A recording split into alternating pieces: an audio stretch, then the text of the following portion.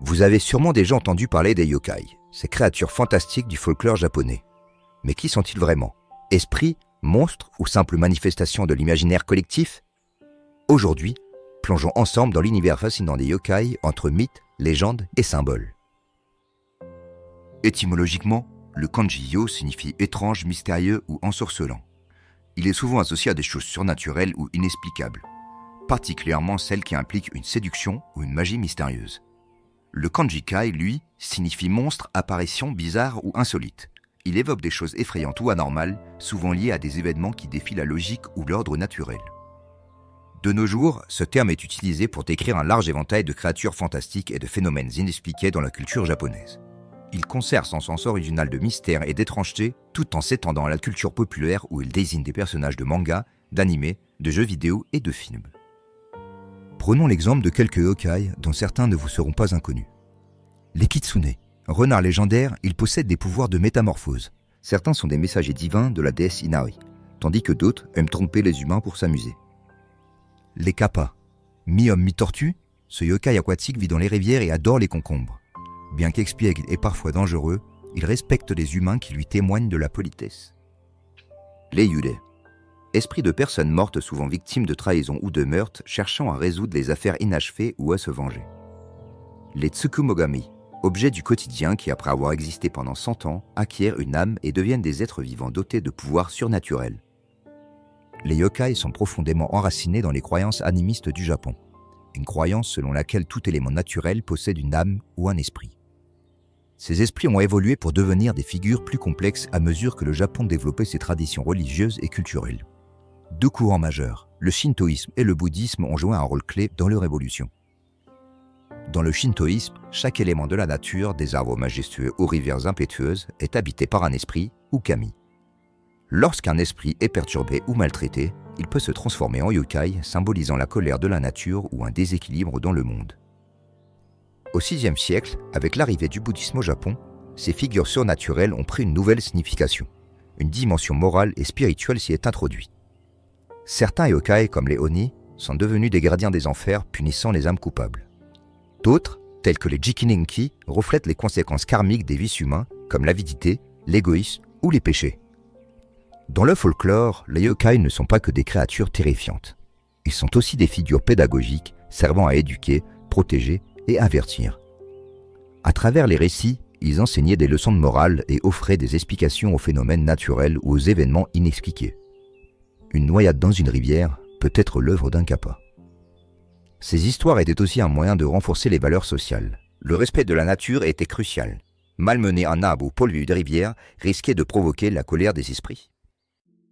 L'époque Heian est une période charnière dans l'histoire du Japon, marquée par un raffinement culturel et artistique, mais aussi par une forte imprégnation des croyances surnaturelles.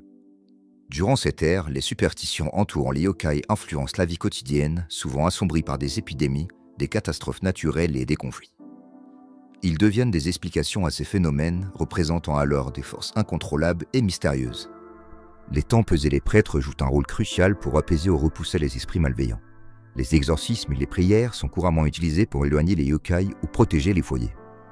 La pratique de l'onmyodo, qui mélange divination et rite spirituel, est à son apogée durant l'époque Heian. Elle intègre des éléments des deux traditions bouddhisme et shintoïsme, créant une pratique hybride unique au Japon. Les onmyoji, experts en équilibre cosmique, sont souvent appelés pour traiter des cas de possession ou de malédiction. L'un des onmyoji les plus célèbres de l'histoire est Abe no Seme, souvent considéré comme le maître absolu de cette discipline. Au fil des siècles, les yokai sont passés des récits oraux aux œuvres artistiques.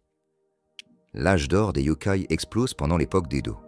Pendant cette période, le Japon connaît une paix relative sous le shogunat Tokugawa, ce qui permet à la culture, aux arts et aux traditions populaires de prospérer. C'est dans ce contexte que les yokai se popularisent et prennent une place centrale dans l'imaginaire collectif. Ils deviennent des stars des estampes et des pièces de théâtre kabuki. Un exemple emblématique est la pièce Yotsuya Kaidan, qui raconte l'histoire d'Oiwa, un esprit vengeur entend son mari après avoir été trahi et tué. Ce récit a eu un impact durable sur la culture des yokai, faisant d'Oiwa l'un des yurei les plus célèbres du Japon. Le renommé illustrateur Toriyama Sekien est considéré comme l'un des plus grands compilateurs de yokai. Il a compilé des encyclopédies en regroupant des centaines, popularisant leur histoire à travers tout le Japon. Avec la modernisation et l'industrialisation, aujourd'hui, les yokai continuent d'inspirer la culture populaire. En revanche, l'influence matérialiste occidentale de la fin du 19e siècle faillit leur être fatale. Comme l'a dit l'écrivain Tanizaki Junichiro en 1933 dans son célèbre Éloge de l'ombre, la lumière électrique est trop forte et ne laisse pas de recoin à l'ombre. Heureusement, le développement des mangas et animés comme nouveaux médias de masse à partir des années 1970 instaura les conditions d'un troisième âge d'or des yokai en reprenant et en modernisant certains codes graphiques des emaki de l'époque Muromachi. Plus récemment, les mangas tels que Gegege no Kitaro de Shigeru Mizuki, les films comme Le Voyage de Chihiro du studio Ghibli, ainsi que les jeux vidéo tels que Yokai Watch, ont perpétué et renouvelé l'intérêt pour ces créatures.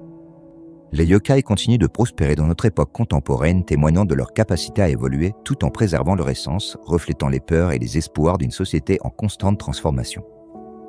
Que ce soit à travers les médias modernes, les festivals traditionnels ou les réflexions philosophiques, les yokai ne sont plus seulement des créatures effrayantes ou des explications au mystère du monde, ils sont devenus des symboles culturels, devenus un lien vivant avec le passé et sont acteurs de la préservation des traditions.